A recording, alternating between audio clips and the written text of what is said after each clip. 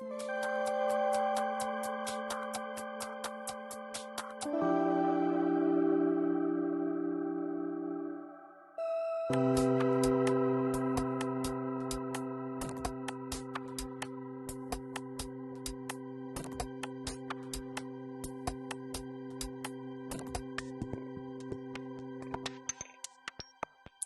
à toutes, bonjour à tous.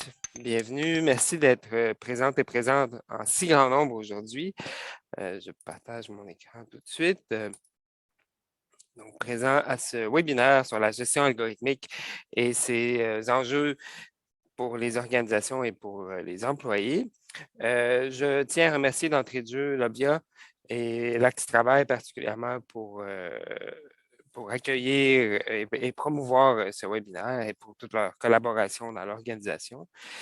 Je vous présente sans plus tarder nos panélistes aujourd'hui. Donc, à commencer par moi-même, qui a le privilège d'animer et de modérer cette table ronde.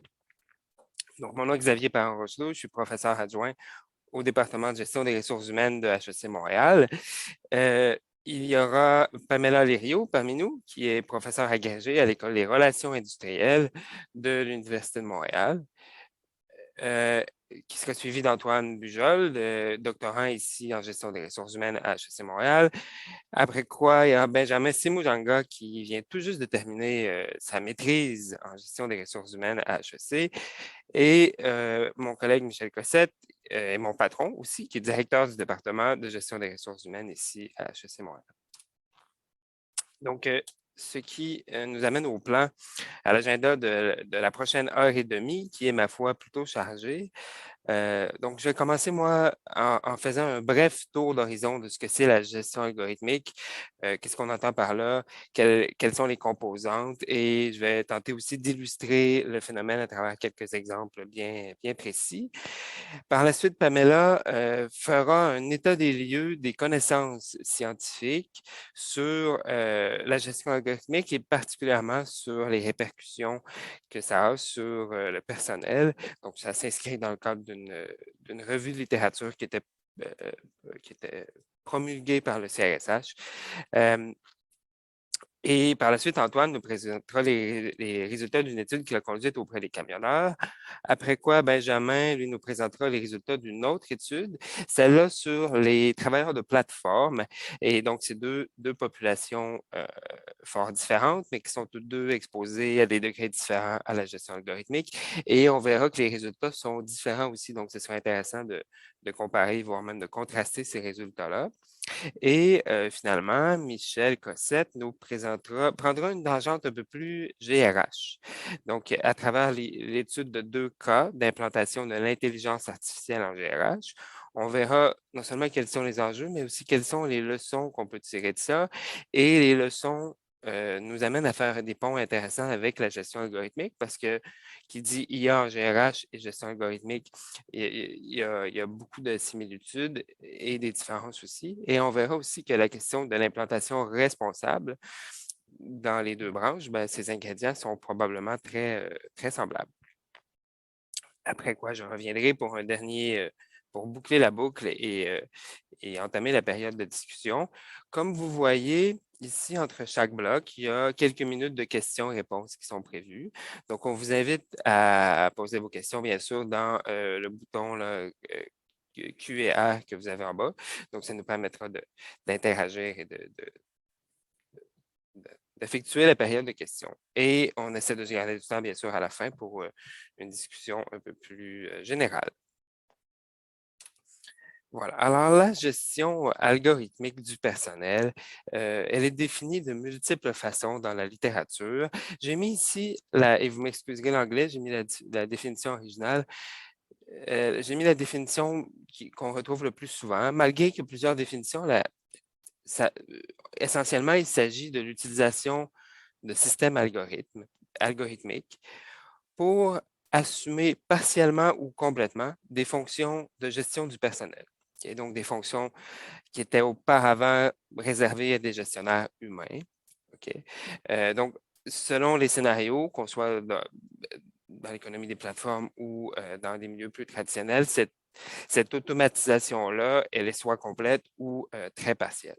Donc, une des premières tâches ou un des premiers mandats des chercheurs sur la gestion algorithmique a été d'identifier au juste que font les algorithmes. Parce que c'est une chose de dire qu'il y a des algorithmes en gestion, mais exactement qu'est-ce qu'ils sont en mesure de faire.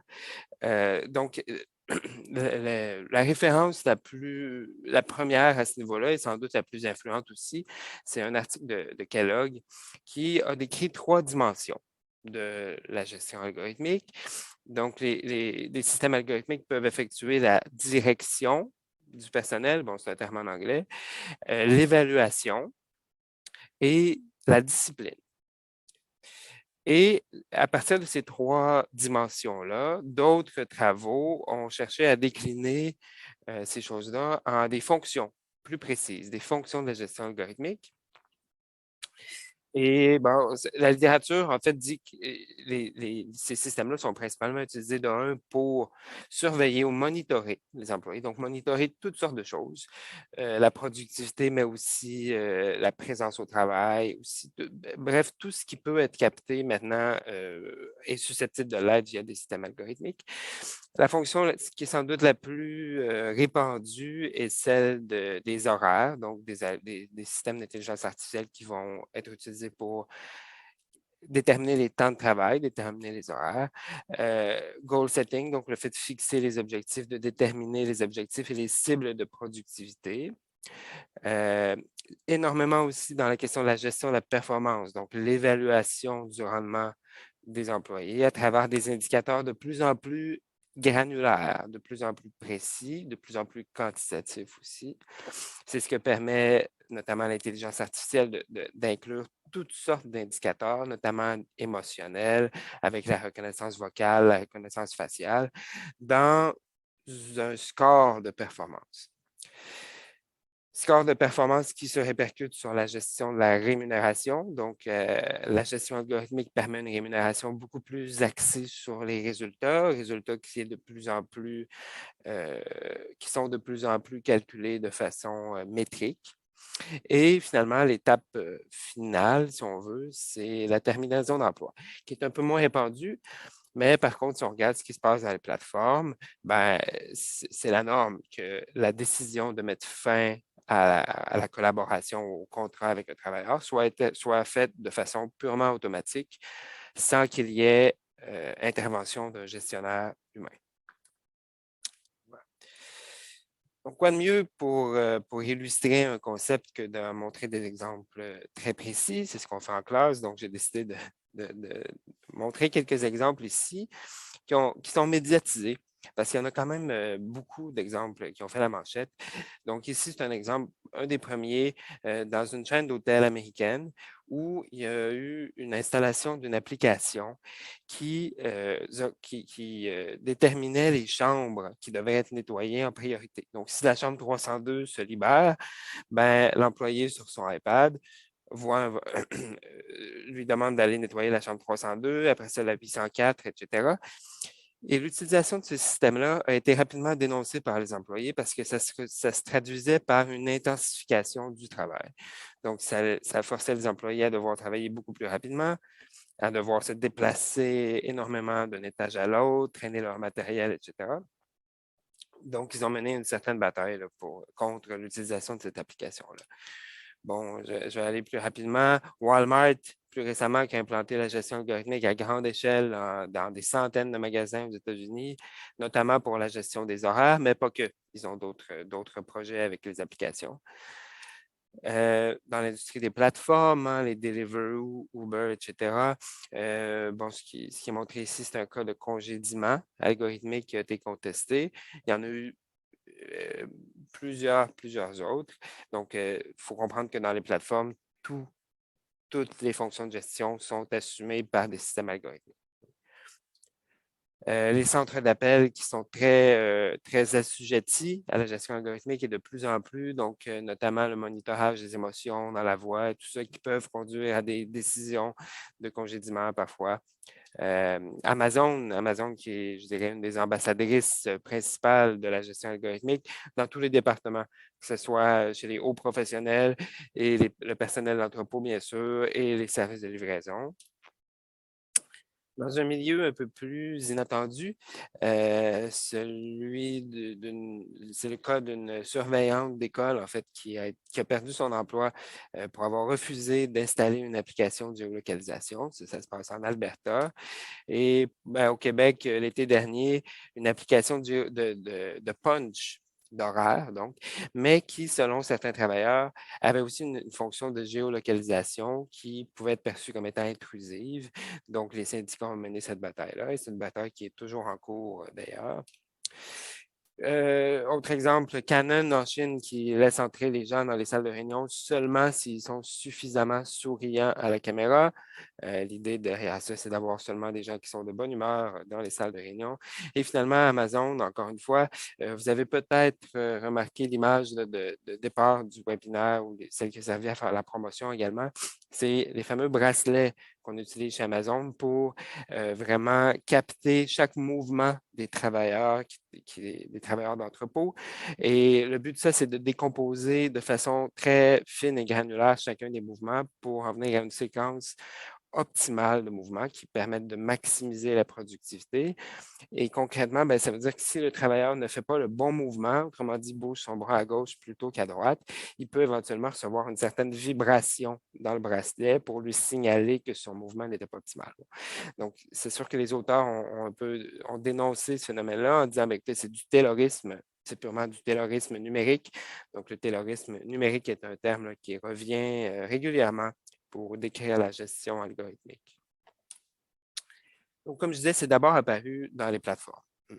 Notamment, les premiers travaux de la gestion algorithmique ont été effectués par une chercheure qui s'appelle Min Kyung Lee, qui a fait une ethnographie auprès des chauffeurs d'Uber. C'est elle qui a amené la première fois le terme gestion algorithmique et s'en est suivi de travaux dans plusieurs autres plateformes. Et il faut comprendre que l'industrie des plateformes est en grande croissance. Benjamin va nous en parler un petit peu plus en détail. Et il y a des secteurs d'activité. On n'est plus juste dans la livraison de repas et dans l'industrie des taxis. Il y a des industries qui se plateformisent, entre guillemets. Je pense notamment aux soins de santé. C'est largement le cas au Royaume-Uni, les soins de santé à domicile qui sont de plus en plus médiés par des plateformes électroniques. Donc, qui dit secteur qui se plateformise, dit gain en expansion de la gestion algorithmique. Donc, il y a vraiment lieu de se préoccuper de ce phénomène-là et des impacts sur les travailleurs. Donc, ouais, l'industrie des plateformes a bien sûr fait couler beaucoup d'encre et à juste titre. Donc, ce qui était auparavant considéré comme un phénomène localisé, là, ici dans cette nouvelle forme de lien d'emploi qui est le gig work, parmi l'ensemble des liens d'emploi possibles selon ces auteurs-ci, ben, tend à se généraliser. Tend à vraiment. En fait, on retrouve des cas de gestion algorithmique maintenant dans à peu près tous les secteurs d'activité, à moindre échelle. C'est souvent des cas d'automatisation plus partiels, mais de plus en plus, on retrouve vraiment dans tous les secteurs d'activité, notamment le commerce de détail, l'industrie manufacturière, bien sûr, les centres d'appel, mais aussi dans des emplois beaucoup plus professionnels, je dirais. Je termine sur cette diapo en mettant un peu la table à ce que Pamela va présenter tout de suite après. Donc, les principaux enjeux en lien avec la gestion algorithmique, du moins de notre point de vue. À nous, bon, comme vous l'avez remarqué, on est des chercheurs en gestion des ressources humaines. Donc, ce qui nous préoccupe, c'est essentiellement les impacts sur les individus ou les répercussions. Donc, les principaux enjeux, en fait, c'est des enjeux de justice des décisions algorithmiques. Donc, quand on ne sait pas ce qui est derrière, quand on ne connaît pas les critères de décision, par exemple, une décision de congédiement, il est probable de la percevoir de façon injuste. Donc, il y a l'opacité aussi. On connaît rarement les critères de décision et le mécanisme derrière les décisions prises par les systèmes algorithmiques. Perte d'autonomie, sentiment de déshumanisation des travailleurs, il y a beaucoup d'études là-dessus. La gestion algorithmique aussi est largement associée avec une plus grande instabilité et précarité d'emploi parce que les décisions sont souvent prises basées sur la demande. Hein. Les horaires, on les fait basés sur la demande de services. Donc, ça conduit à une fluctuation dans les heures travaillées et dans la rémunération aussi. Donc, c'est presque nécessairement, je dirais, associé à une plus grande précarité, asymétrie d'information et asymétrie de pouvoir. Bref, je m'arrête ici et je laisse Pamela aller plus en détail sur ces aspects-là. Voilà, OK. Est-ce que vous pouvez... Tu peux arrêter? Oui, voilà. OK. Bon. Bonjour, OK, merci. Je vais partager mon écran ici maintenant. Voilà. Bonjour tout le monde. Je vais présenter notre recherche qui a été réalisée avec mes collègues ici, Xavier et Antoine, et aussi nos collègues Marie-Claude Godet de HEC et Marilyn Gagné du Curtin University. Donc, notre étude s'appelle la gestion algorithmique de la main-d'œuvre, mise en lumière des impacts sur les travailleurs et des bonnes pratiques. Et juste pour vous donner un peu de contexte des origines de ce travail, c'est le fruit d'une subvention du CRSH en collaboration avec le Centre des compétences futures. Ils ont lancé en 2020, juste au début de la pandémie, un appel de financement, subvention de synthèse des connaissances sur le travail à l'ère de l'économie numérique pour favoriser une meilleure compréhension de l'état des connaissances sur les conséquences des technologies numériques pour les travailleurs dans un contexte mondial. Il y avait finalement à peu près 30 études et rapports de synthèse réalisés en 2021. Donc, on a présenté ces résultats lors d'un atelier en septembre dernier. Donc, c'est tout nouveau. Nos objectifs étaient les suivants. Révéler les résultats actuels, donc current, et les lacunes de la littérature scientifique sur la gestion algorithmique pour mettre en évidence les principaux domaines de recherche future, donc ce qui est important à rechercher. Et aussi de fournir des conseils initiaux qui étaient plutôt fondés sur la science pour, en disant, favoriser une pratique responsable, qui est très important. Donc, on a fait ça en identifiant et synthétisant les connaissances empiriques sur 3 aspects. On a trouvé 3 aspects importants: les attitudes, les émotions et les comportements des travailleurs, les conditions et l'organisation du travail, et finalement la performance organisationnelle. Donc, en synthétisant la littérature, on a aussi trouvé certains facteurs ou paramètres qui peuvent moduler ou modifier, influencer les impacts d'un système de gestion algorithmique. Donc, on a appelé les modérateurs en sciences. Notre méthodologie consistait ici d'une collecte d'articles entre février et avril de l'année dernière sur certaines bases de données qui sont, j'imagine, connues parmi plusieurs d'entre vous qui sont des chercheurs. Et on a utilisé 37 mots-clés et une approche snowball, que je vais décrire ici, sur ces critères de sélection. Donc, la date de publication, on a choisi 2015 parce que la plupart de la recherche scientifique sur ce domaine a commencé là et jusqu'à 21. Donc, en 5 ans, on a trouvé, ou 6 ans, pas mal de publications. On a regardé les résultats empiriques des études, qualitatives, quantitatives ou mixtes. Aussi, ces articles ont été évalués par les pairs. Donc, ça, c'était ce qu'on cherchait premièrement. Mais on a aussi cherché et inclus dans la recension de littérature les documents de conférence.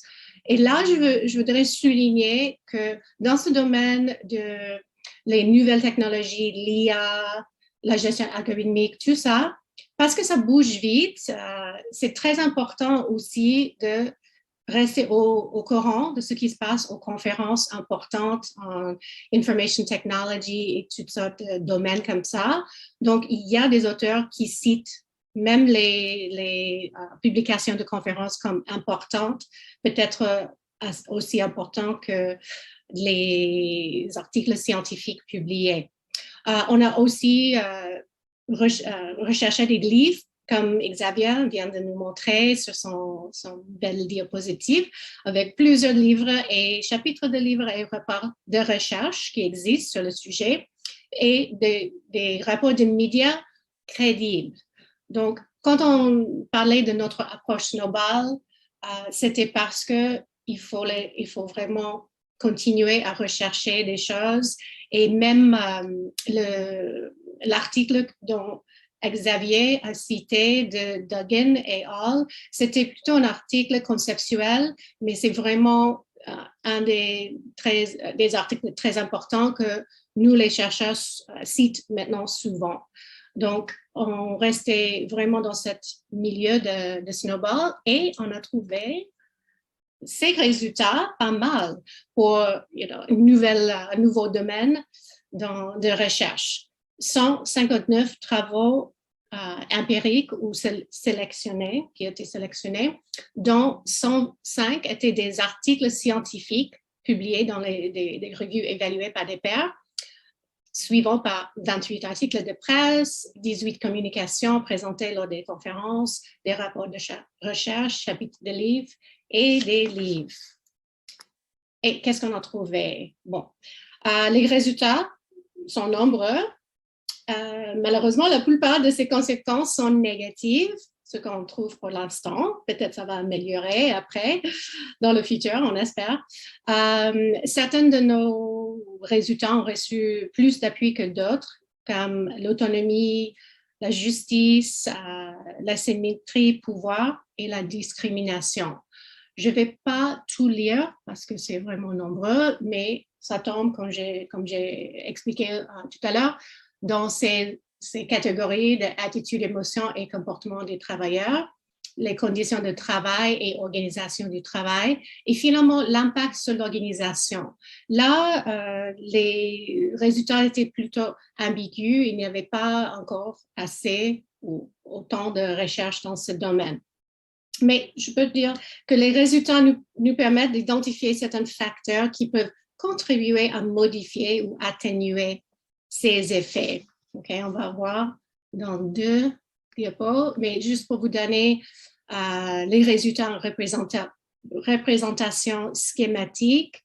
Je sais que ce n'est pas peut-être très facile à lire la légende, et comme je m'excuse, c'est en anglais, mais pour les 5 importants ici, avec 47 travaux, on a trouvé insécurité financière et professionnelle comme importante, suivant par l'asymétrie ici, avec 31, asymétrie de l'information et du pouvoir, comme Xavier avait mentionné tout à l'heure, et suivi par l'autonomie du travailleur à 29. Ça, c'est ici. Et compétences requises pour effectuer le travail, 28, et santé sécurité au travail, à 28. Donc, pour ce que sont les résultats qui peuvent être des modérateurs possibles et peut-être développés comme les meilleures pratiques, à gauche, on a la conception et la caractéristique du système algorithmique. Donc, plus qu'on trouve que les systèmes sont transparents, fiables ou exacts, équitables, où il y a une présence humaine dans le processus, ou le human in the loop, plus que peut-être il y aura des résultats ou des conséquences favorables. Mais donc, on a identifié ces notions de l'IA responsable qui peuvent être des modérateurs au futur dans la recherche. Et à droite, on a le contexte des pratiques organisationnelles à considérer. Donc, c'est-à-dire le style de gestion au sein d'une organisation, les gestionnaires. Est-ce qu'ils sont plus humains ou peut-être pas dans leur approche à déployer le système algorithmique au sein de l'organisation? quelle est la communauté de travailleurs? Est-ce qu'il y a une forte communauté? Est-ce qu'il y a un peu de compétition? Et finalement, culture et climat. Parce que parfois, la raison d'être d'une organisation peuvent être vraiment humaines ou peut-être plus performantes. Et le climat autour des gens, est-ce que les gens sont très à l'aise au sein de l'organisation ou d'autres choses. Donc, ça peut figurer dans la modération des concepts. Finalement, les implications de nos résultats. On a 3, pour les recherches, la pratique et les politiques. Donc, pour la recherche, ça serait très intéressant d'avoir plus de diversification des méthodes, parce qu'on a trouvé dans la plupart des articles ou des études, ils étaient qualitatifs. En tant que chercheuse qualitative de cette méthode, je suis pour, c'est bien, mais pour voir vraiment les effets des gestions, des processus de gestion algorithmique, ils ont besoin de plus d'études plus larges ou quantitatives, peut-être mixtes. OK? Donc, ça, c'est une chose à considérer dans la recherche, mais une autre, c'est que la plupart des travaux étudiés s'agissait de la gig economy. On avait plus de 80. Donc, la gestion algorithmique, c'est pas. Je sais qu'on pense souvent aux plateformes comme Uber ou Amazon, mais il y a d'autres aspects de déployer la gestion algorithmique, comme on va peut-être voir avec mon collègue Michel, en RH, en ressources humaines. Pardon, ça devient de plus en plus répandu et important pour les employés, pour servir les employés, ainsi que pour réaliser les objectifs de l'entreprise. Donc, passons aux implications pour la pratique. Comme je viens peut-être souligner, que la manière dont le système est déployé et les pratiques de gestion, ça, c'est très important de savoir que c'est pas juste on met un système algorithmique ou une plateforme dans une organisation et ça marche d'une façon autonome. On n'espère pas. Okay? Dans la littérature, nos chercheurs, nos professeurs, on suggère plus que ça soit avec une connaissance de qu'est-ce qu'il y a derrière l'algorithme et aussi que ça soit accompagné, que ce soit par la gestionnaire ou par RH ou que les employés ou les travailleurs soient accompagnés dans ce processus. Et dans les termes de recherche, peut-être on dit plutôt que ça soit de automatisation et augmentation, pas automatisation, mais augmentation du travail, OK, grâce à cet outil de la GA. Donc, et finalement, les implications en matière de politique, notre recherche soutient les nombreuses voies qui appellent à une plus grande réglementation de l'utilisation de l'IA dans l'organisation, mais aussi dans la société. Donc, le grand point à retenir, le big takeaway, c'est qu'on a besoin d'une gestion algorithmique responsable. Je m'arrête là. Merci. Et on prend peut-être des questions. S'il y en a. Merci beaucoup, Pamela. Oui, bien sûr, on a un petit moment de questions de prévu. Il y en a d'ailleurs déjà une qui apparaît. Merci à Isabelle encore une fois pour la transmission des questions. Donc, on nous demande, bonjour, est-ce que l'automatisation, par exemple, d'un processus de production qui n'est pas sans prise de décision par un ordinateur, est-ce que ça fait partie du concept de la gestion algorithmique? Et Moi, ouais, je peux répondre, mais aussi Xavier et Antoine, si vous voulez m'accompagner dans ça, parce que j'ai beaucoup parlé. Oui, ben, je peux laisser Antoine répondre s'il veut bien. OK. Sinon, si Antoine est présent et prêt, disposé. Donc, Oui, la, bonjour. donc, la question, c'est que, est-ce que ça Est-ce peut... que si on a une chaîne de production, par exemple, qui est automatisée, tout simplement, un processus de production, sans qu'il y ait prise de décision de gestion du personnel nécessairement, est-ce que ça fait partie du concept de gestion algorithmique dont on parle maintenant? Moi, je dirais, si on parle d'un algorithme, vraiment, qui fait fonctionner le système.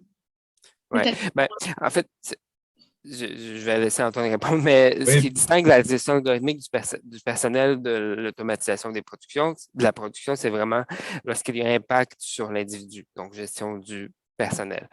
Donc, je ne sais pas si Antoine, tu veux rajouter quelque chose. exactement. Donc, quand on parle de l'automatisation de la production, si l'automatisation est complète et qu'il n'y a pas de travailleurs, et il n'y aura pas de gestion algorithmique parce qu'il n'y aura pas de personnes à gérer, en fait. Et si, euh, par exemple, on a un travailleur sur cette chaîne de production-là qui reçoit en quelque sorte soit des rétroactions, des descriptions de tâches, des tâches typiques des gestionnaires, là, cet aspect-là, principalement, on peut parler en effet de gestion algorithmique. Donc, euh, c'est une réponse que je dirais contextuelle, donc c'est pas non, mais ça va dépendre si effectivement il y a un travailleur qui reçoit certains qui se fait gérer en fait par un système informatique. C'est une bonne question pour savoir où exactement est présente un algorithme Oui, ou ouais, l'IA peut-être. tout à fait. Merci. Merci pour vos réponses. Je passe à la deuxième question en essayant de garder le temps. Il nous reste une minute. Donc, bonjour. En parlant de gestion algorithmique, est-ce que vous faites allusion à un simple processus de numérisation comme par exemple des systèmes experts, où vous faites allusion également au recours à des algorithmes d'apprentissage automatique? Donc, c'est une très bonne question, merci. Ça fait appel à la question du rôle de l'intelligence artificielle ou de certaines technologies dans ce qu'on appelle la gestion algorithmique.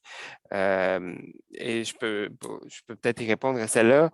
Euh, en général, les études sur la gestion algorithmique utilise le terme sans distinction de la technologie en particulier. Donc, ça peut être des systèmes experts, ça peut être du machine learning, apprentissage automatique, ça peut être IA ou non IA. OK? C'est sûr que ben, il faut, de plus en plus, ces systèmes-là sont propulsés par l'IA, mais nous, ce qui nous intéresse particulièrement, ce n'est pas nécessairement l'artefact technologique lui-même, comme plutôt la question de système d'ensemble, ou comment les gens cohabitent avec le système, si on veut.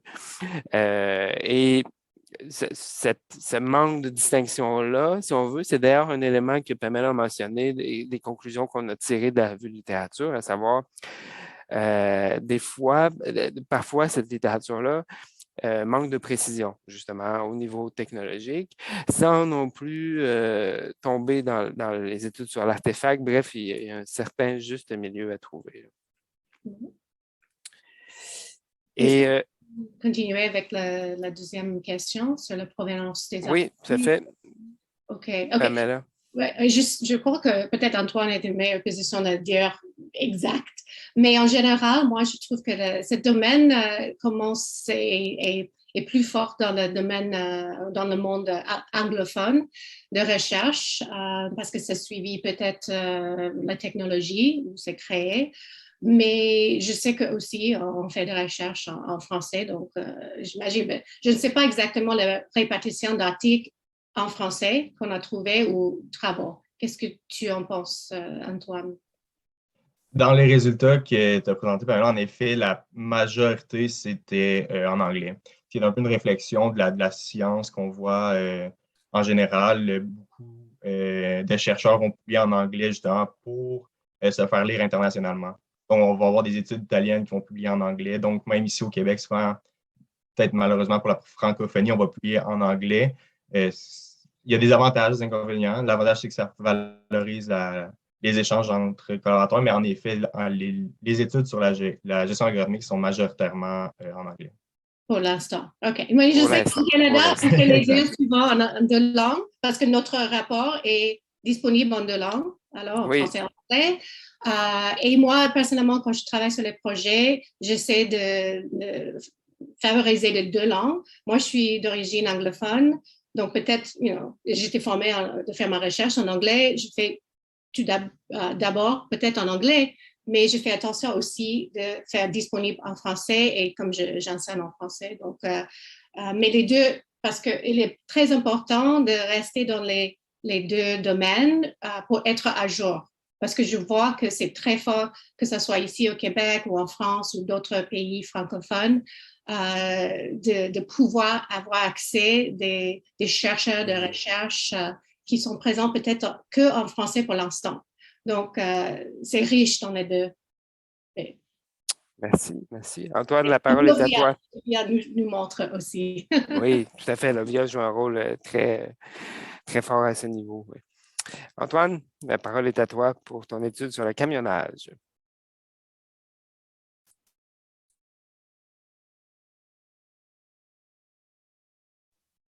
Parfait, j'avais perdu mon son. Est-ce que tout le monde voit? J'imagine que oui. Donc, pardon, je vais juste mettre un peu le setup pour... Parfait, j'y suis. Donc, une étude sur la transparence de la gestion algorithmique et l'effet sur la justice organisationnelle et l'intention d'équité, une étude dans l'industrie du camionnage. Donc, ça, c'est une étude qui a été réalisée dans le cadre de mon mémoire de maîtrise à HEC Montréal avec Xavier notamment et Marc-Claude Godet, une autre professeure au département de gestion des ressources humaines. Donc, aujourd'hui, je vais vous présenter des résultats émanant de ce mémoire. Donc, la gestion dans le camionnage, en quoi ça consiste? Premièrement, pourquoi on s'est intéressé à cette industrie-là particulièrement? Donc, il y a deux fortes fonctions présentes dans cette industrie-là, des fonctions que Xavier a présentées un peu en début de la conférence. Donc, premièrement, au niveau de la surveillance, la surveillance est très présente pour l'enregistrement et la comptabilisation des heures de conduite. Et puis ça, c'est très répandu. En fait, c'est même obligé par la loi. Les camionneurs et les camionneuses ont une limite, en fait, de 8 heures de conduite consécutive dans leur travail. Et puis, par le passé, les travailleurs devaient entrer, en fait, manuellement dans des papiers les heures de conduite qu'ils faisaient. Évidemment, c'était un secret de polichinelle qu'il y avait beaucoup de triches qui se faisaient parce que ces gens-là sont souvent rémunérés au kilomètre parcouru. Donc, ils voulaient en faire plus. Donc, c'était assez facile à tricher, si vous voulez. Et puis, ce qui est arrivé, c'est que le gouvernement a imposé les logbooks qui sont en fait des systèmes électroniques qui comptent les heures de conduite automatiquement. Si on peut voir ici le camionneur à la droite dans l'image, c'est un peu un système qu'on retrouve dans le camion. Donc, ça, c'est vraiment les systèmes généralisés qui sont vraiment parmi tous les travailleurs. Ensuite de ça, où il y a une variation d'une entreprise à l'autre, ça va être jusqu'où l'entreprise va dans la surveillance algorithmique. Ça peut aller très loin avec les systèmes de gestion de flotte qui sont vraiment bien développés. Donc, on a l'information sur la consommation de carburant, la vitesse, la géolocalisation, les départs, l'état de la cargaison et de la remorque et du camion en tant que tel. Et même, ça peut aller jusqu'aux habitudes de freinage et d'accélération. Et puis, ensuite de ça, ces systèmes-là sont capables aussi de comparer avec comment la température est, donc comment aussi le trafic il est pour vraiment voir ensuite de ça. Ça va être souvent lié à des systèmes d'évaluation de la performance. Avec tous ces facteurs-là, donc l'algorithme va être capable d'évaluer une cote, on va dire, sur 10. Donc, ce camionneur-là, aujourd'hui, tu as eu 8 sur 10 en fonction de toute la surveillance qu'on est capable de faire. Donc, on a deux fonctions extrêmement présentes dans cette industrie-là. C'est pour ça aussi que on est intéressé à aller étudier ce milieu. Ensuite de ça, comme Pamela a présenté, en fait, de mon point de vue de chercheur, je suis vraiment intéressé par rapport aux attitudes, aux émotions qu'on parle des travailleurs. Et puis, quelque chose qui se ressort beaucoup dans la littérature, c'est que la gestion algorithmique peut impacter les perceptions d'injustice chez les travailleurs. Ici, en fait, en sciences de la psychologie, la perception d'injustice peut être vraiment divisée en diverses dimensions. Ici, on s'est vraiment intéressé à la dimension de la distribution des ressources, donc comment je perçois que c'est juste ce que je reçois par rapport à mon propre rendement, ce que j'apporte à l'entreprise. Donc, il y a donc psychologiquement, ce qu'on a tendance à faire, bien, ce qu'on fait, c'est qu'on fait un petit ratio dans notre tête. Est-ce que ce que l'entreprise me donne en termes d'avantages sociaux, de rémunération, est équivalent à ce que je reçois? Et puis aussi, on le compare avec nos collègues, nos supérieurs et même nos subordonnés. Puis ensuite de ça, on a un sentiment de justice distributive qui apparaît. Donc, ça, c'était un concept qu'on s'est intéressé. Puis l'autre concept, c'était la justice procédurale. Donc, le processus de cette distribution-là, est-ce qu'elle est juste? Et puis, les processus la justice procédurale peut plusieurs critères, notamment est-ce que j'ai un contrôle sur cette décision-là? Est-ce que j'ai un certain contrôle sur le processus ou bien ce processus-là tombe sur moi et puis je ne peux rien y faire? Donc, ensuite de ça, une autre chose qu'on était vraiment intéressé, c'était la transparence. Pamela nous a présenté que la transparence pouvait avoir des effets positifs possibles. Donc, la littérature, c'est ce qui nous suggérait sur la gestion algorithmique en général. Et puis, on s'est intéressé notamment à est-ce que la transparence peut avoir des liens positifs avec la perception de justice, donc notamment la justice procédurale. Et pourquoi? Parce que la transparence va permettre, en fait, aux travailleurs de mieux comprendre ce que la gestion algorithmique fait. Donc, quand on parle de transparence ici, c'est vraiment lorsque l'organisation fournit beaucoup d'explications par rapport au pourquoi et au comment. Donc, plus l'organisation va fournir d'explications, plus le niveau de transparence va être considéré comme élevé. Ensuite de ça, on avait aussi, étant donné qu'on étudie l'industrie du camionnage qui est vraiment, qui subit beaucoup, un peu comme tout le reste du Québec, des complications par rapport à la main-d'œuvre, beaucoup de pénurie de main-d'œuvre, des taux de roulement vraiment exceptionnels dans le camionnage, beaucoup de compagnies qui ont des taux de roulement qui dépassent les 100%. On s'est vraiment intéressé ici comme résultat final. C'était quoi l'impact de tout ça sur l'intention de quitter les camionneurs parce qu'on sait qu'il y a beaucoup de personnes qui quittent dans ces milieux-là. Ce qui nous a amené à ce modèle-là qu'on a voulu tester. Donc, ici, à gauche, on a la transparence des deux fonctions que je vous ai parlé un peu au début de la présentation. Donc, la transparence de la surveillance et la transparence de la gestion de la performance. Et puis, on avait comme hypothèse que ça allait augmenter la perception de justice distributive et de justice procédurale, notamment à cause que ça a augmenté la compréhension par rapport à tout ce système-là. Donc, qui a augmenté la justice procédurale, notamment sur ce point-là, c'est que les travailleurs vont mieux comprendre c'est quoi leur contribution à l'entreprise, donc d'avoir une compréhension plus précise de ce ratio dont je vous ai parlé. Et puis, la justice procédurale, c'est que les travailleurs vont avoir un plus grand contrôle sur le processus parce qu'ils vont comprendre ce processus-là davantage. Et puis, on a également fait l'hypothèse que ces sentiments de justice-là vont être liés à une baisse de l'intention de quitter chez les travailleurs. On a également mis des variables de contrôle à ce modèle-là. Les variables de contrôle, en fait, ici, ça va servir à être sûr que ce n'est pas ces variables-là qui expliquent, en fait, nos résultats, mais que ça va être bien la transparence. Donc, on a mis l'âge et l'ancienneté parce que la littérature nous suggérait que c'était des variables qui ont souvent une relation avec les technologies. Et puis, on a également mis le niveau de présence perçu des deux systèmes. Donc, on s'est demandé, est-ce que ça va vraiment être la transparence qui va avoir un impact ou ça va être le niveau de surveillance ou le niveau de gestion de la performance algorithmique? C'est-à-dire, est-ce que plus je perçois que c'est un algorithme qui me gère, est-ce que je vais avoir un impact, ça va avoir un impact sur ma perception de justice? Donc, on les a mis comme variable de contrôle et puis on va voir plus tard si ces variables-là vont avoir un effet comparativement à notre modèle qui est vraiment basé sur la transparence des systèmes. Donc, au niveau métaux, donc c'était une méthodologie très 2020, en fait, parce qu'on était un peu en période de COVID, donc un peu limité. Donc, ce qu'on pouvait faire comme collecte de données. Donc, on a un peu adopté une méthode un peu moins conventionnelle. On a passé par les réseaux sociaux.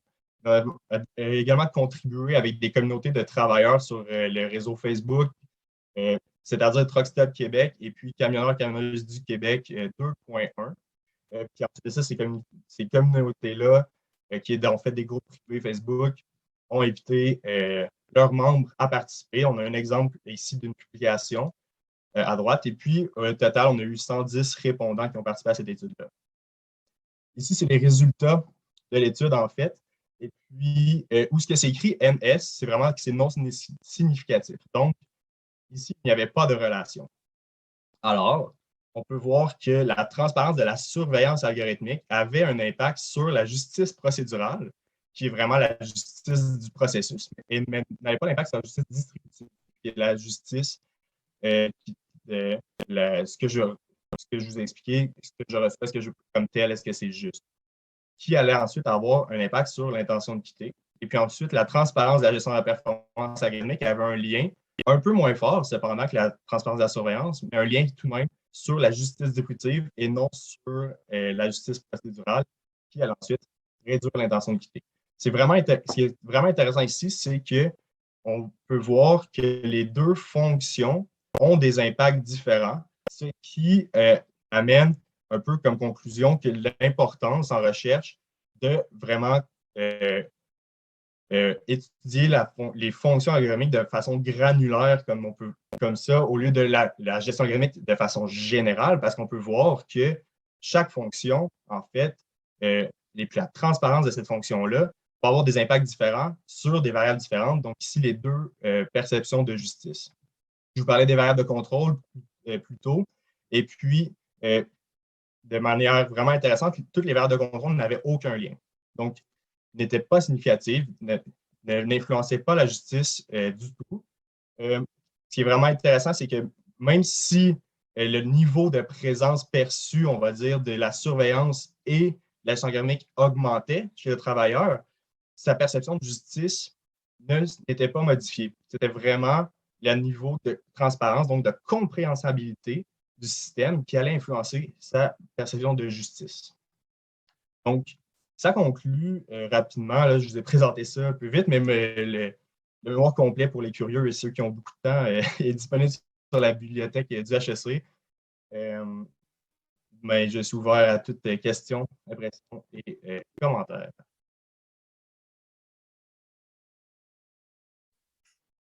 Merci beaucoup, Antoine. Donc, je passe aux questions.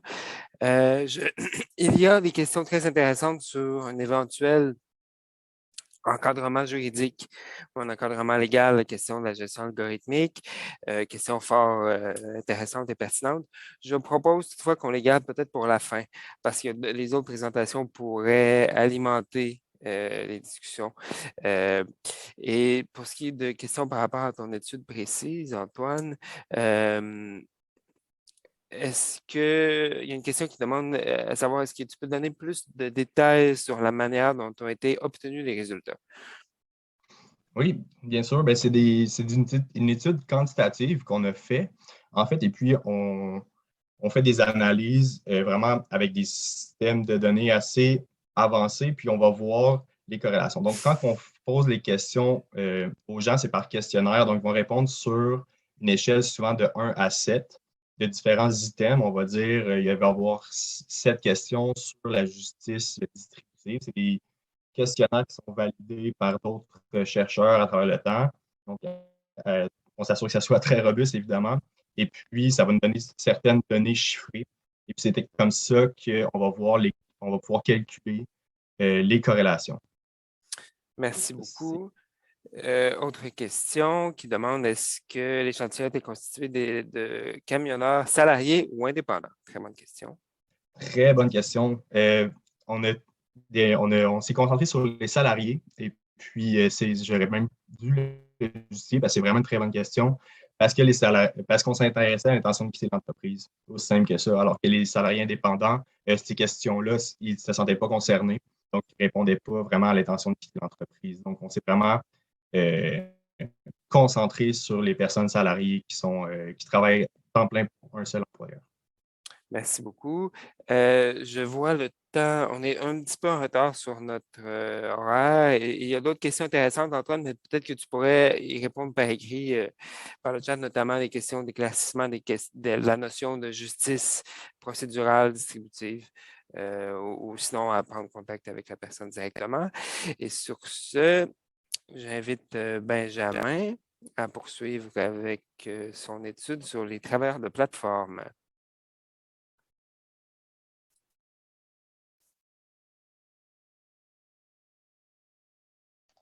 OK, bonjour. Ouais, je vais présenter une étude sur l'influence de la rémunération algorithmique dans le travail de plateforme que j'ai effectué dans le cadre de mon mémoire. Euh, donc, pour mettre en contexte un peu, le travail de plateforme est vraiment dans une croissance exponentielle. Ça représente aujourd'hui des millions de travailleurs à travers la planète, même si il y a moins de 10 ans, c'était quelques centaines. Et ça représente maintenant 8% du marché du travail canadien. Donc ça a vraiment créé un intérêt pour les chercheurs. Puis beaucoup d'études ont traité de la gestion algorithmique du travail de plateforme. Ces études, ce qu'ils ont soulevé surtout, c'était qu'il y avait des conditions de travail difficiles, comme on a vu au début, puis que la transparence est souvent évoquée comme un remède à ces impacts-là. Toutefois, malgré le fait que la rémunération engendre beaucoup de ces conditions de travail difficiles, peu d'études ont vraiment évalué spécifiquement les enjeux liés à la rémunération. Donc, nos objectifs de recherche, c'était vraiment d'analyser l'influence de la rémunération algorithmique sur les perceptions de justice procédurale, comme a expliqué Antoine, aussi sur le stress temporel. Donc, le stress temporel, c'est vraiment les contraintes de temps. Donc, est-ce que les gens sont souvent pressés dans le travail? Est-ce qu'ils ont assez de temps pour accomplir leurs tâches? Aussi, analyser l'effet modérateur de la transparence dans ces relations-là. Donc, est-ce que la transparence va rendre, par exemple, la rémunération algorithmique plus juste ou moins stressante chez les travailleurs de plateforme? Donc, vu qu'il y avait peu d'études sur la rémunération algorithmique, on a dû vraiment la conceptualiser à l'aide de 4 facettes différentes. Donc, en premier lieu, c'est vraiment la gestion automatisée de l'offre et de la demande. Donc, comme on a vu auparavant, une des caractéristiques de l'économie de plateforme, c'est qu'ils savent satisfaire très bien leurs demandes de manière standard et vraiment rapidement. Donc, pour ce faire, ils mettent en œuvre des mécanismes afin de nudge les comportements des travailleurs pour satisfaire la demande. Donc, par exemple, pour la plateforme de Uber, on peut voir que lorsque la demande est très grande et un travailleur veut se déconnecter, la plateforme cherche à la garder dessus et l'encourage à continuer à travailler.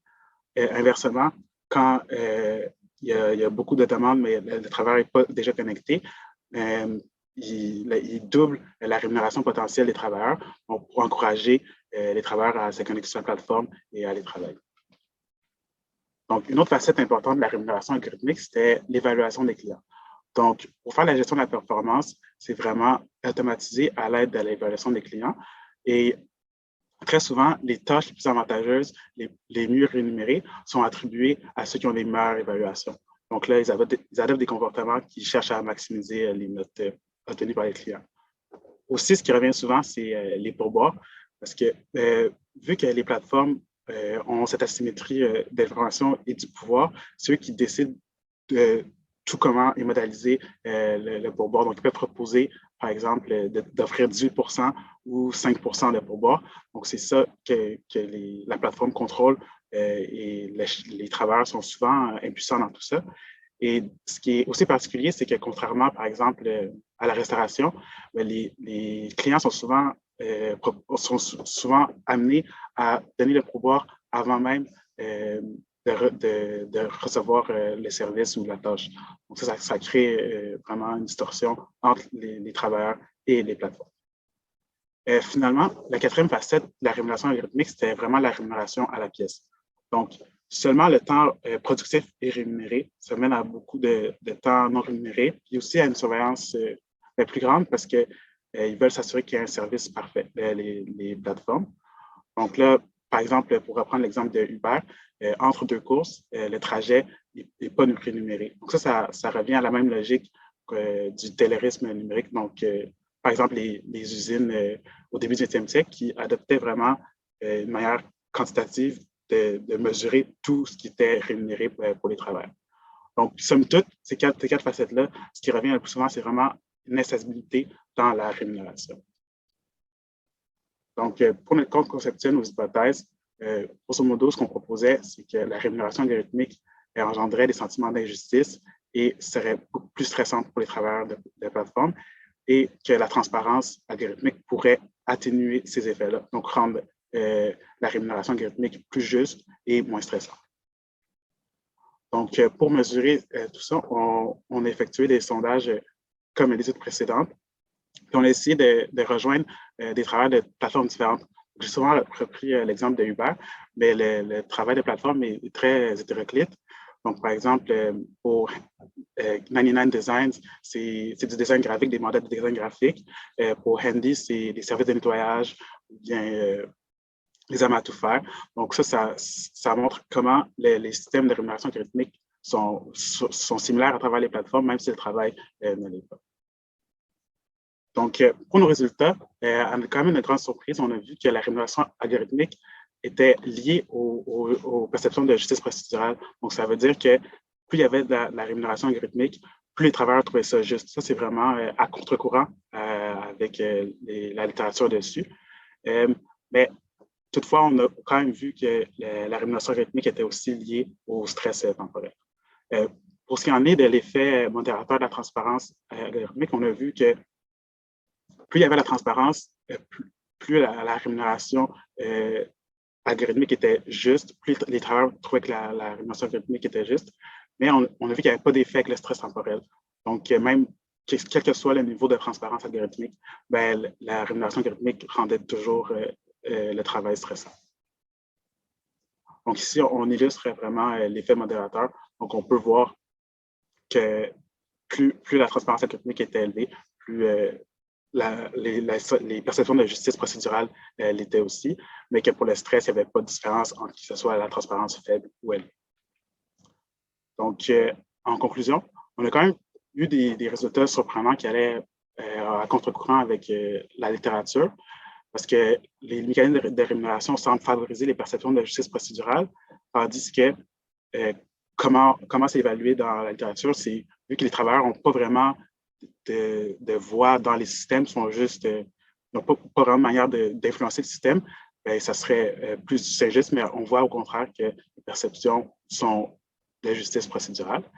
Puis aussi, il y a une différence avec l'étude d'Antoine, parce qu'on voit que les travailleurs de plateforme semblent trouver le système plus juste, qu'il y ait de la transparence algorithmique, non. Donc, ça soulève les interrogations sur le lien entre l'industrie du camionnage puis l'industrie des plateformes, l'économie des plateformes, parce que c'est comme si les travailleurs dans ces deux industries-là n'ont pas les mêmes attentes au niveau de la justice, même s'ils utilisent des systèmes quand même similaires. Et finalement, il y a une limite à la transparence qui semble apparaître parce que oui, c'est utile, ça favorise les perceptions de justice procédurale, sauf que ça ne semble pas rendre la rémunération algorithmique moins stressante. Donc là, ça apporte un petit bémol à la transparence algorithmique qui est souvent évoquée comme une solution, des fois miracle, mais ça montre que l'appliquer, ce n'est pas toujours aussi facile qu'il semble. Merci.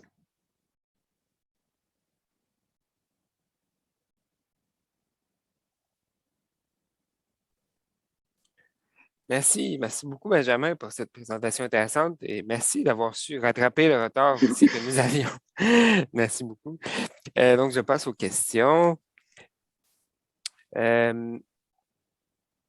D'abord, une question d'éclaircissement peut-être sur le lien entre la gestion de la performance algorithmique et la rémunération. C'est vrai que c'est deux composantes qui sont interreliées. Est-ce que tu veux élaborer un petit peu là-dessus? Oui, dans le fond, la gestion de la performance est fait en sorte que pour l'automatiser, elle doit être en lien direct avec la rémunération. Donc, comment eux, ils font, c'est que ils utilisent, par exemple, les notes, la rétroaction des clients. Ça va avoir un impact direct sur ta rémunération. Parce qu'il n'y a pas moyen, par exemple, pour une plateforme de passer en entrevue et de dire, OK, tu as fait ça de mauvais, mais le reste de ta performance, elle s'est bien passée.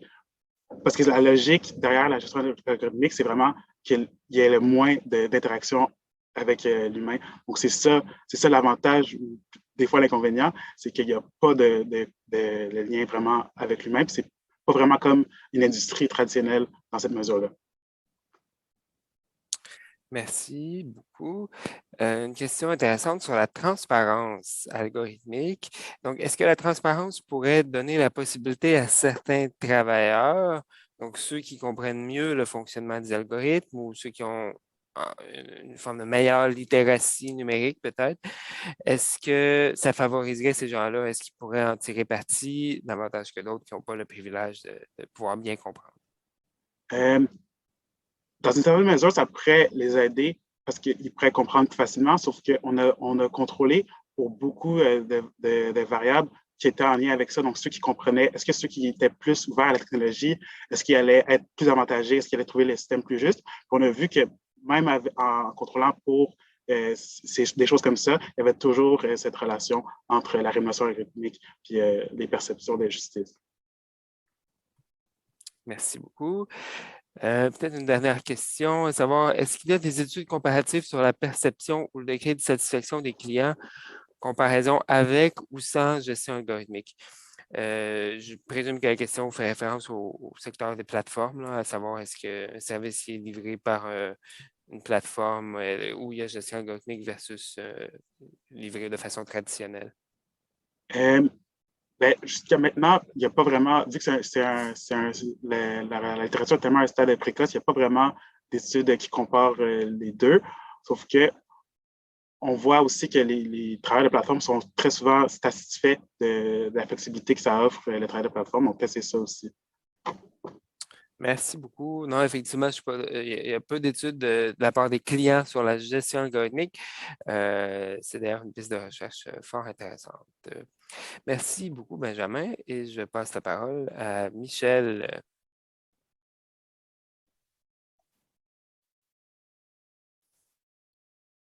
Oui, alors bonjour tout le monde. Tout est ouvert, c'est parfait. Écoutez, merci premièrement, Xavier, de l'invitation à faire partie de ce panel et merci aux collègues qui ont présenté. C'est toujours intéressant de voir ce qui se passe en recherche. Et pour moi, c'est un nouvel axe de recherche qui tout ce qui entoure en fait l'intelligence artificielle. Moi, je ne suis pas un chercheur d'intelligence artificielle du tout. Ce qui m'intéresse, moi, c'est les rôles des professionnels en ressources humaines, particulièrement sous l'angle de ce qu'on appelle l'analytique en gestion des ressources humaines. Donc, l'idée pour les gestionnaires de ressources humaines de construire des indicateurs, d'aller chercher de la donnée, d'analyser cette donnée-là, de la rapprocher de la prise de décision. Et bon, avec le temps, j'ai eu quelques opportunités de collaboration avec soit l'Ordre des conseillers en ressources humaines, soit avec Polytechnique Montréal, avec qui on a eu des subventions, c'est surtout des subventions d'engagement partenarial qu'on appelle, les MITAX, donc des subventions partenaires industriels et universitaires. Et moi, ce qui me préoccupe, en fait, comme chercheur, c'est tout le passage. Ça fait des années, en fait, qu'on parle de passer de la gestion plus transactionnelle au niveau ressources humaines à une gestion plus stratégique des ressources humaines. Alors, qu'est-ce que ça veut dire? Bien, ça veut dire faire moins de paperasse, moins de petites interventions dans les dossiers d'employés pour aller vers plus une réflexion de gestion stratégique. Quel portfolio de pratiques de gestion des ressources humaines mettre en place pour maximiser la performance des organisations, mais maximiser aussi la performance humaine en termes d'attitude, de comportement, d'émotion, de motivation au travail. Sachant que ces éléments ressources humaines-là vont impacter positivement la performance organisationnelle. Donc, l'idée, c'est d'avoir une cohérence entre tout ça, d'avoir la satisfaction des besoins des travailleurs, si on veut, mais aussi la satisfaction qui va guider, en fait, la satisfaction des besoins de l'entreprise. Okay? Sur le plan utilisation de données, souvent les personnes en ressources humaines sont intéressées par des anecdotes, ne sont pas intéressées par le data comme tel, ne sont pas intéressées par la grande quantité de données ou par les chiffres. Et bien, quand on voit vers le passage vers lequel on s'en va, gestion algorithmique, gestion par l'intelligence artificielle, ça donne un petit peu de retard, si on veut, pour certains profils de gestionnaires des ressources humaines qui ne s'intéressent pas à la technologie, qui ne s'intéressent pas aux data. Okay? Donc, je dirais la profession de gestion des ressources humaines est en transformation, je dirais encore, parce qu'on a eu plusieurs transformations au cours du temps. Et mon propos, en fait, c'est de dire que les gestionnaires de ressources humaines doivent s'intéresser davantage à la technologie, davantage aux data, pour pouvoir maximiser, optimiser les conséquences négatives, ou pallier plutôt aux conséquences négatives que les collègues ont mentionnées tout à l'heure. Okay? Donc, ce que je veux faire pour les prochaines diapos, je vous expliquer un petit peu, en fait, d'où l'idée est partie de m'intéresser au rôle des professionnels de ressources humaines en lien avec gestion algorithmique ou intelligence artificielle. Bien, ça vient surtout de deux projets. Je n'irai pas dans le détail méthodologique de ces projets-là. Il y a des raisons de confidentialité derrière ça, première chose. Deuxième chose, les projets sont en cours de route. Ils sont un petit peu plus longs à implanter, si on veut, pour vraiment dégager l'impact de l'intelligence artificielle dans ces organisations-là. Mais à partir de ces deux cas-là, à partir de nombreuses entrevues, on est rendu à une cinquantaine d'entrevues auprès de gestionnaires des ressources humaines, voir un peu c'est quoi les enjeux, c'est quoi les défis au niveau des différents rôles des professionnels en ressources humaines.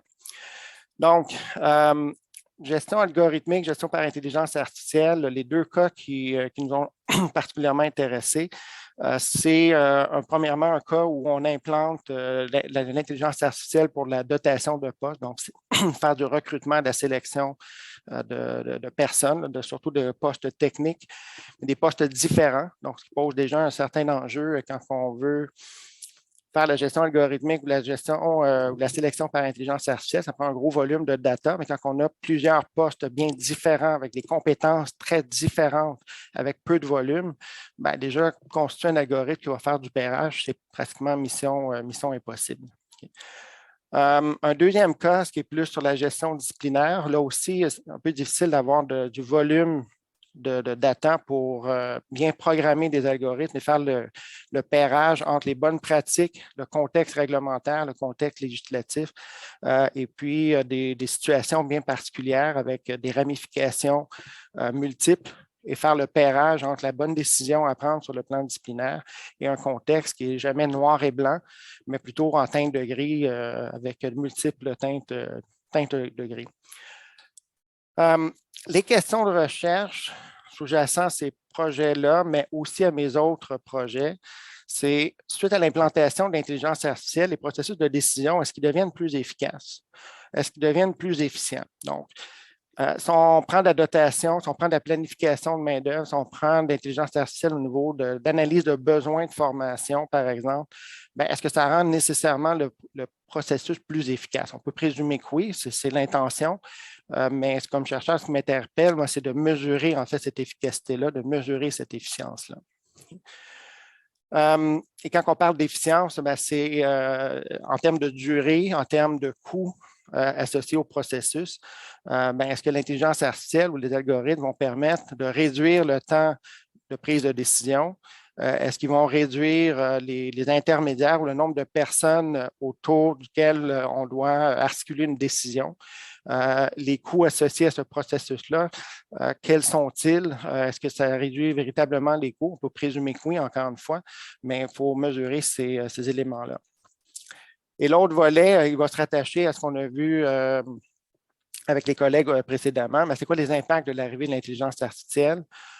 Tant sur les rôles des professionnels ressources humaines, mais aussi, par exemple, sur l'expérience candidat pour des gens qui sont assujettis, si on veut, un processus de dotation avec un chatbot, par exemple, ou une entrevue à distance, de la sélection par des tests automatisés, etc.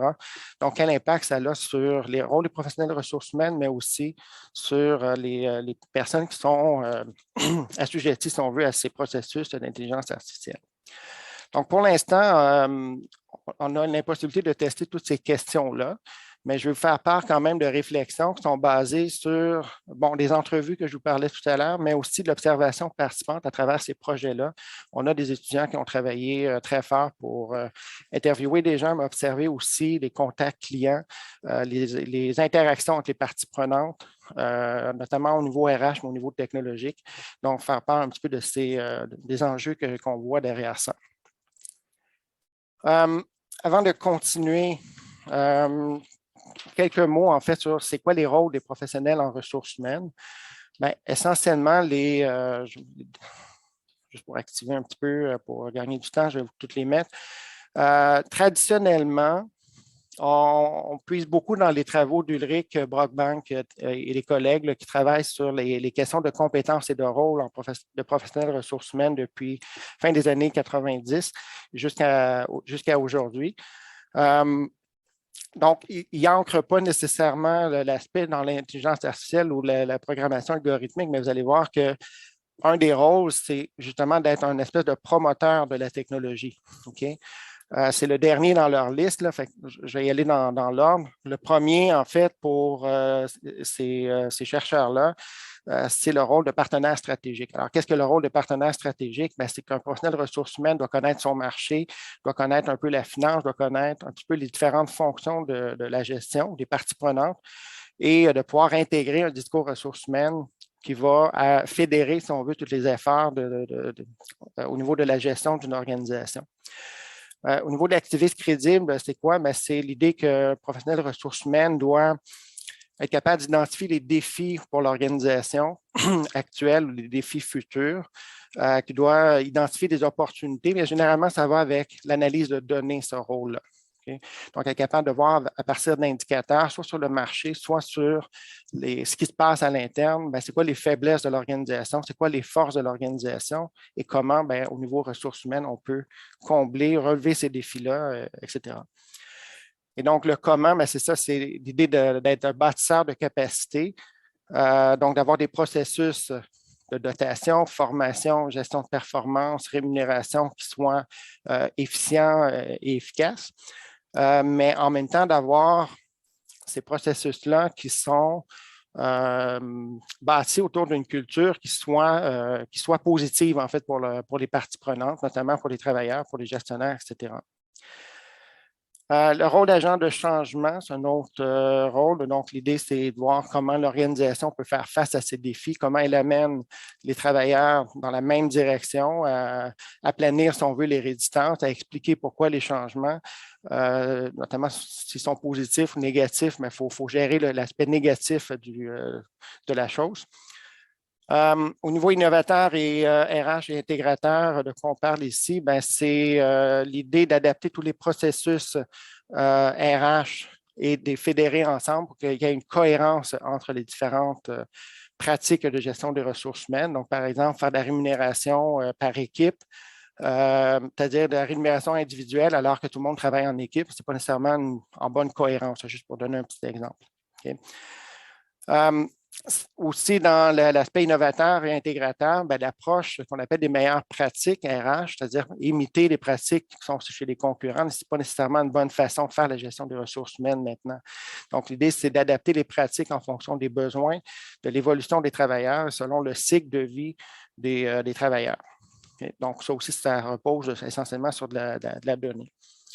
Bon, après ça, le promoteur de technologie pour Ulrich, c'est quoi? C'est l'idée d'introduire des technologies pour structurer les processus, les mesurer, les implanter en fait pour économiser du temps, mais aussi pour maximiser l'efficacité de ces différents processus-là, plutôt que de faire tout à la main, d'aller chercher une certaine forme d'automatisation, certaines tâches en fait pour pouvoir dégager les professionnels ressources humaines à faire d'autres tâches, en fait, ou d'autres rôles qui sont ci-dessus. Okay? Donc, ce modèle-là est très courant. On peut y reprocher de ne pas être tout à fait actuel.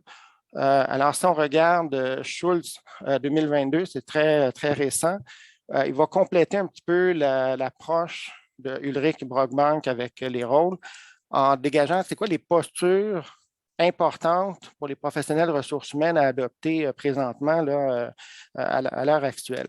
Okay? Le premier qui ressort, c'est des orientations technologiques. Donc, ça va rejoindre, ça confirme en quelque sorte les rôles proposés par Ulrich et Brockbank. Donc, l'idée, c'est d'amener la technologie pour maximiser les processus, les optimiser, d'avoir une certaine forme de performance, une certaine forme d'efficience aussi. Mais en parallèle aussi, c'est le rôle des professionnels de ressources humaines à cet égard-là, c'est de gérer les craintes par rapport aux technologies. Donc, ça peut être de rassurer les gens, mais ça peut être de les rassurer en les formant en donnant un développement de compétences. Des fois, les gens sont bien stressés par rapport à la technologie parce qu'ils ne comprennent pas, ils ne connaissent pas. Donc, une façon de faire, c'est justement de gérer le côté compétences. Le deuxième, il confirme un peu ce que Ulrich avait mentionné aussi avec les collègues, d'avoir une orientation forte sur les données. Okay? Et ces deux éléments-là ne sont pas nécessairement dans l'ADN, si on veut, des professionnels en gestion des ressources humaines. Donc, là, évidemment, il y a Benjamin et Antoine qui vont me faire mentir parce qu'ils sont ici et qui s'intéressent fortement à la technologie, mais des professionnels en exercice, ce n'est pas naturel, si on veut, de s'intéresser à l'aspect technologique dans le cadre de leur travail. Ils veulent gérer les humains, ils veulent être en relation avec les autres et ça doit être une composante importante, ce n'est pas le contraire. Mais il faut aussi s'assurer d'avoir le même langage que les autres fonctions de gestion. Puis les autres fonctions de gestion fonctionnent beaucoup par les données et sont beaucoup plus avancées, si on veut, technologiquement, ou ça fait partie un petit peu plus de leur ADN, si on veut. Okay? Bon, autre élément important pour Schultz, c'est l'aspect éthique de la chose, il ne faut pas la perdre, donc le respect du cadre légal notamment, ça c'est vraiment la base, mais il faut aller un petit peu plus loin que ça en protégeant les données sensibles des personnes que l'intelligence artificielle peut aller forer, peut aller chercher pour prendre des décisions. Bon, je vais passer rapidement sur le temps avance. Le reste ressemble beaucoup à ce que Ulrich mentionnait, centre des affaires, l'agent de changement, la sensibilité collaboration humain-machine, ça fait partie du rôle des professionnels RH de, oui, s'intéresser, implanter la technologie, mais en même temps de garder une approche humanitaire, si on veut, ou humaniste plutôt, dis-je, dans cette implantation des technologies-là. Les gens ont besoin de se voir, ont besoin d'échanger, etc. Donc, c'est un peu le rôle des professionnels de ressources humaines d'aller en ce sens-là également. Dernier point sur la présilience, en fait, que les auteurs rappellent, ce n'est pas un mot français, c'est essentiellement enlever le P, résilience, vous avez un petit peu l'idée du concept derrière ça. Donc, l'idée d'être capable de faire face à des défis, avoir une espèce d'endurance par rapport aux obstacles qui peut survenir. Okay. Donc, si je me base sur les observations qu'on a faites, les entrevues qu'on a faites, bien, les organisations ou les professionnels RH, voire même les propriétaires, en fait, ou les dirigeants, les hauts dirigeants, ont une orientation très technologique, d'intégrer la technologie d'une façon cohérente et humanitaire, si on veut. Là. Disons d'un côté, on peut situer ça sur un pôle. En fait, il y a des gens qui n'ont aucune orientation technologique, mais qui veulent absolument implanter de l'IA parce que c'est la mode, parce qu'ils veulent faire améliorer leur processus, faire de l'argent avec ça. Et les autres sont plus l'orientation technologique comme étant un soutien, comme étant un outil. Bien, généralement, ça donne des conséquences plus positives. Les organisations, donc, sont orientées vers les données, qui comprennent ce qu'est une donnée, ce qu'elle veut dire une donnée, ce qu'elle ne veut pas dire une donnée. Encore une fois, on peut situer les organisations sur un pôle moins et plus à ce niveau-là. Même chose pour l'orientation de l'éthique. Certaines organisations sont beaucoup plus sensibles à l'aspect... David, je te vois apparaître, ça veut dire que tu me coupes la parole, c'est ça? C'est ça, hein? Bon. OK, je vais rapidement. Donc, si on reprend les différents rôles, les différentes orientations de Schultz, bien, on peut voir, en fait, quand on regarde les observations qu'on a sur les organisations, bien, quand c'est négatif sur ces points-là, c'est un risque, à notre avis, un risque d'échec anticipé, alors que de l'autre côté, c'est un risque anticipé de succès. Okay? Bon. Les enjeux derrière ça pour les dirigeants qui ont la croyance suivante que l'IA ou l'algorithme, c'est la décision, puis que moi, j'aurais plus besoin de mon monde en gestion des ressources humaines.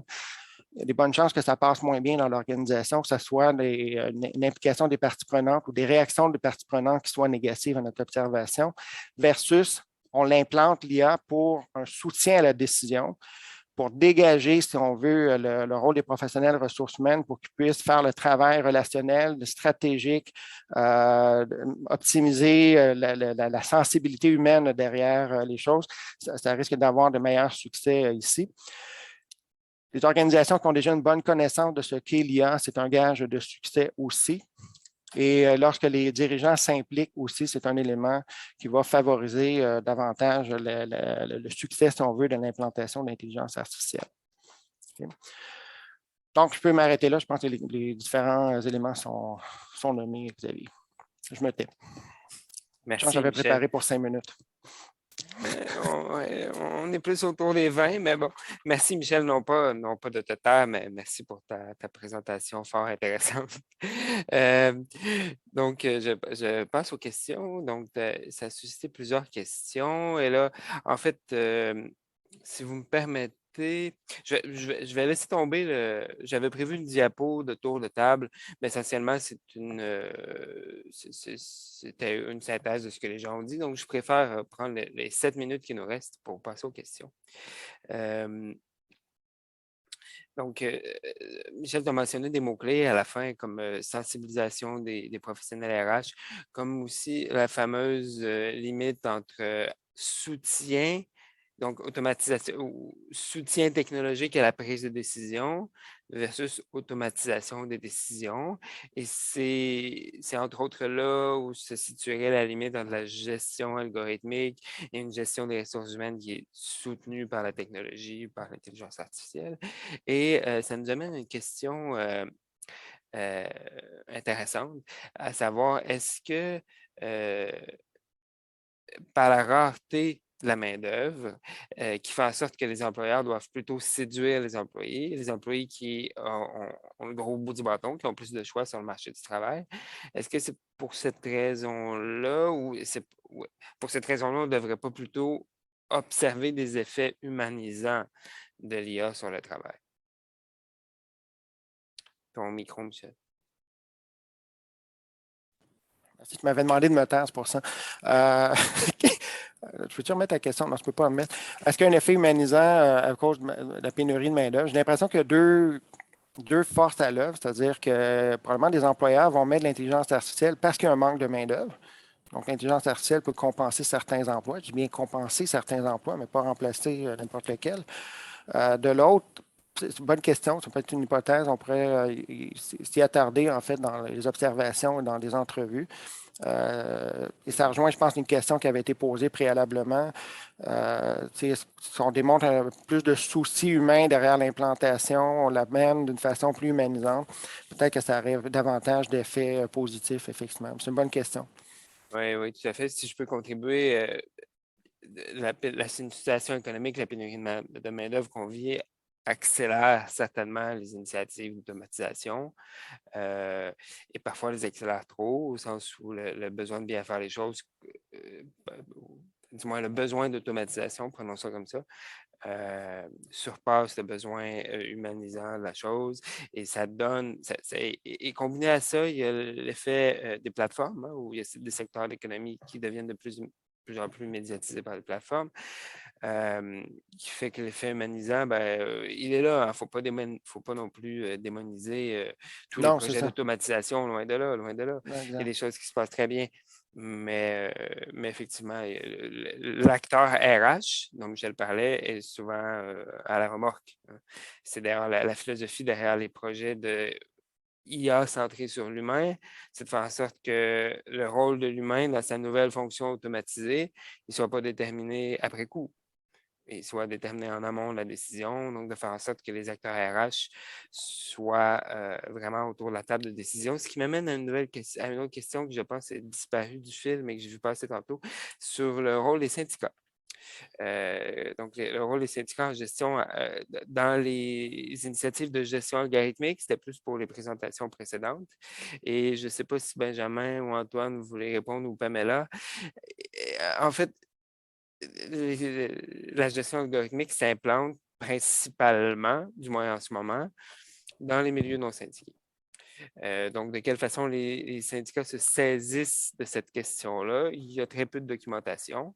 Un des exemples, c'est probablement l'industrie de la construction, l'image qui a été présentée au tout début, où il y a une application de géolocalisation qui avait fait réagir fortement les syndicats. Donc, je pense qu'il y a des choses à venir de ce côté-là. Mon collègue Vincent Pasquier s'intéresse notamment à cette question-là.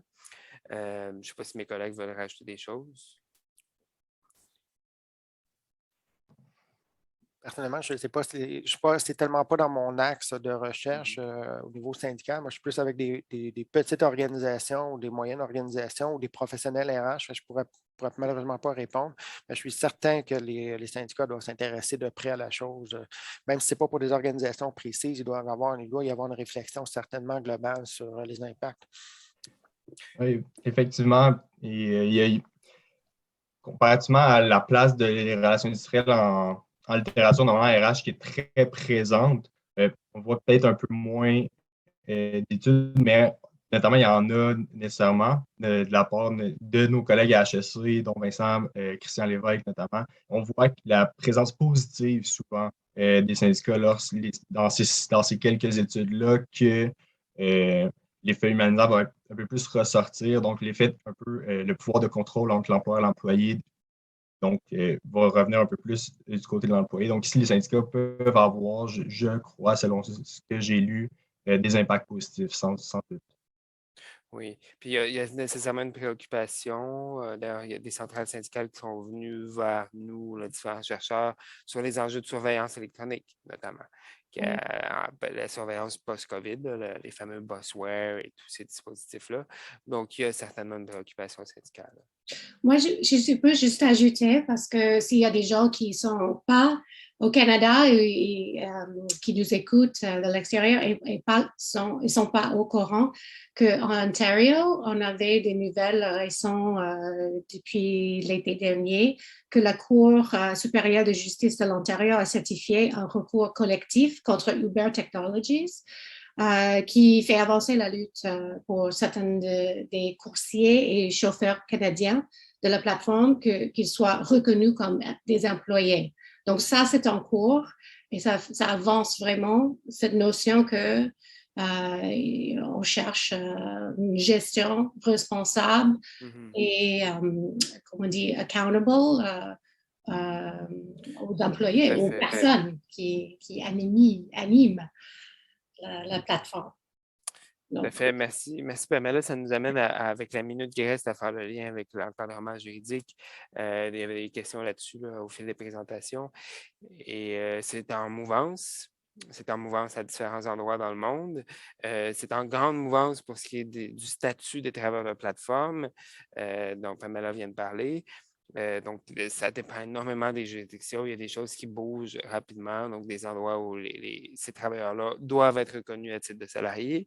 Et ça change fondamentalement leurs conditions de travail. Et ça change même, je vous dirais, au niveau de l'artefact technologique. Donc, les plateformes dans ces juridictions-là doivent adapter les systèmes algorithmiques afin de se conformer aux régulations. Mais comme je disais, c'est une bataille qui se joue vraiment sur le terrain à travers les différentes juridictions. Mais donc, les développements de ça seront à suivre. Pour ce qui est de la gestion algorithmique hors des plateformes, ben là, c'est différent.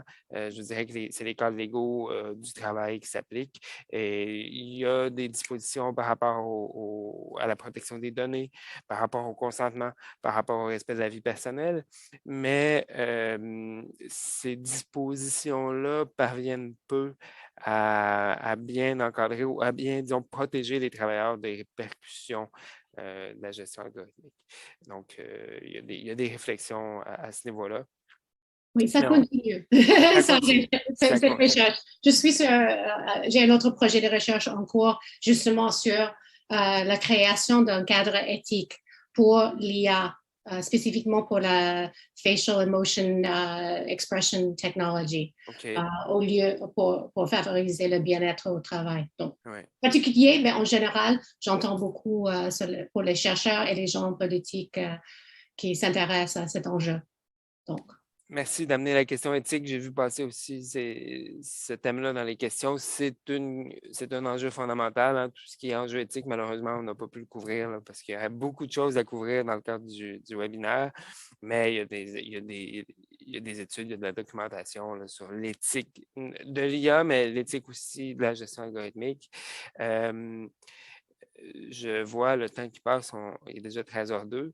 Je remercie tous nos panélistes, vraiment. Je vais remettre une seule diapo, celle qui contient des liens intéressants. Je précise que certaines diapos pourront être partagées, pas l'entièreté parce qu'il y a des études qui ne sont pas encore publiées, donc celles-là, on ne peut pas les partager. Voilà. Est-ce que... Oui, tout est beau. Mais celles-ci seront partagées. Donc, vous aurez accès aux liens. Donc, lien vers un article qui est paru hier, dont on est très content, nos coordonnées, le lien vers le rapport complet de la revue de littérature que Pamela a présenté, le lien vers le mémoire d'Antoine. Et je termine en remerciant chaleureusement Lovia et Alex Travail et nos partenaires, donc les organismes subventionnaires qui rendent possible nos recherches. Voilà.